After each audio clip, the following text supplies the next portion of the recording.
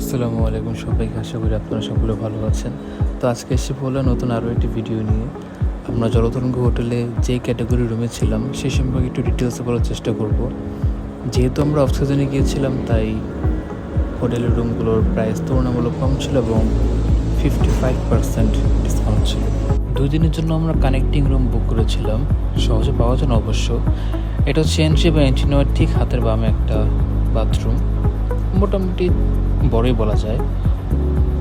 এবং সোজা চলে গেলে হাতের ঠিক বাম পাশে একটা ডাবল বেড এবং সামনে একটা ডাইনিং টেবিল, এবং এখান থেকে ভিউ অসাধারণ।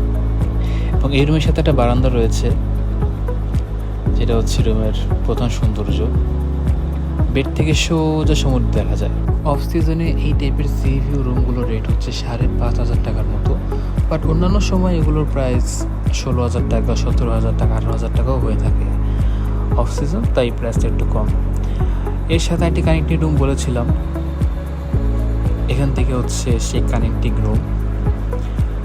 এখান থেকে সোজা গেলে এটা হচ্ছে এন্ট্রি। এখানেও ঠিক বাম পাশে একটা ওয়াশরুম, এখানে একটা ডাবল বেড এবং এর সামনে একটা সোফা কর্নার বলতে পারেন আপনারা। এখান থেকেও সি দেখা যায় এবং এটার সাথেও একটা ছোট একটা বারান্দা, এখান থেকেও সি দেখা যায়। এবং এই দুইটা রুম মিলিয়ে আমাদের কস্ট পড়েছিল হচ্ছে 11,000 টাকার মতো, যেটা শুধুমাত্র অক্সিজেনই সম্ভব।